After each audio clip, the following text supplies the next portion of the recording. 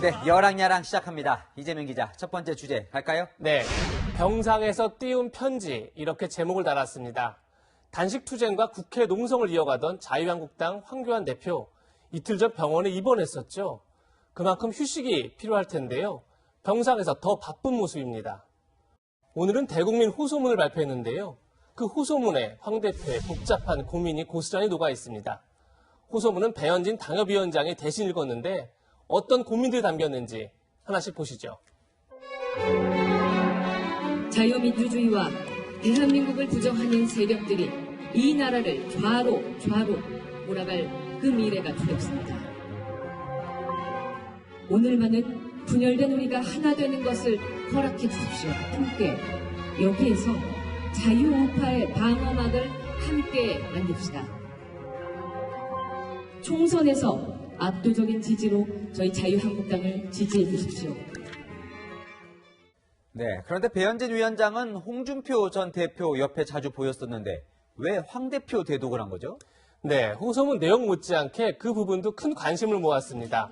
MBC 아나운서 출신인 배 위원장은 현재 아무런 당직도 맡고 있지 않습니다.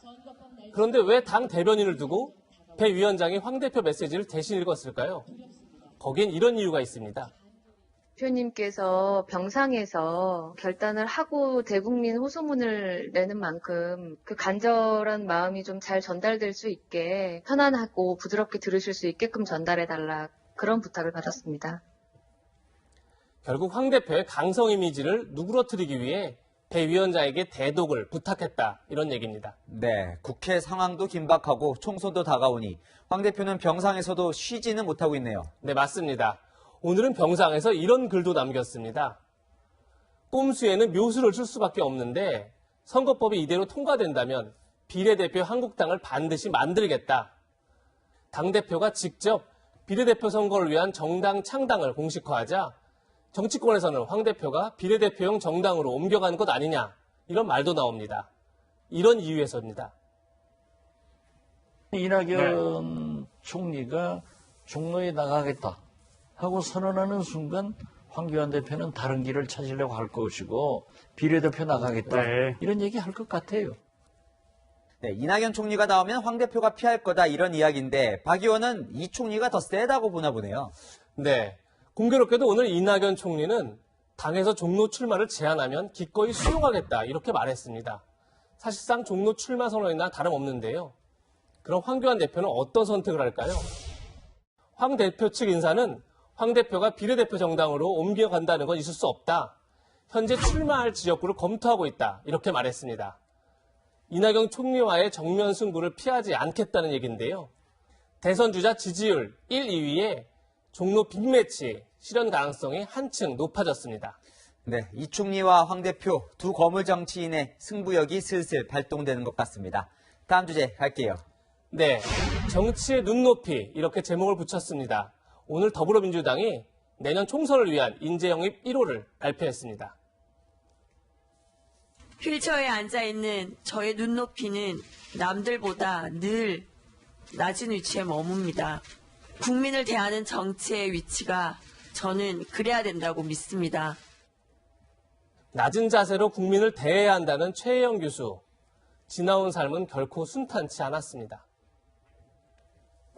언니의 눈물겨운 뒷바라지 덕분에 꿈에 그리던 발레리나가 될 수 있었습니다.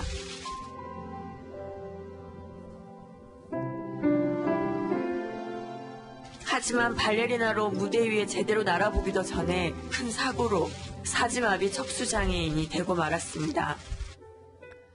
네, 영입 1호라 민주당이 신경을 많이 썼을 것 같은데요. 네, 여성이자 청년이면서 몸이 불편합니다. 흔히 말하는 정치적 소수자의 특징을 모두 갖고 있는 셈인데요.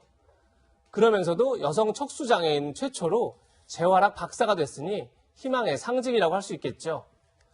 더불어민주당은 내년 설 연휴 전까지 2, 3일 간격으로 영입 인사를 공개하겠다 이렇게 밝혔습니다. 네, 반면 자유한국당 영입 1호 하면 떠오르는 사람 박찬주 전 육군 대장인데 이후에는 특별한 영입 움직임이 없네요.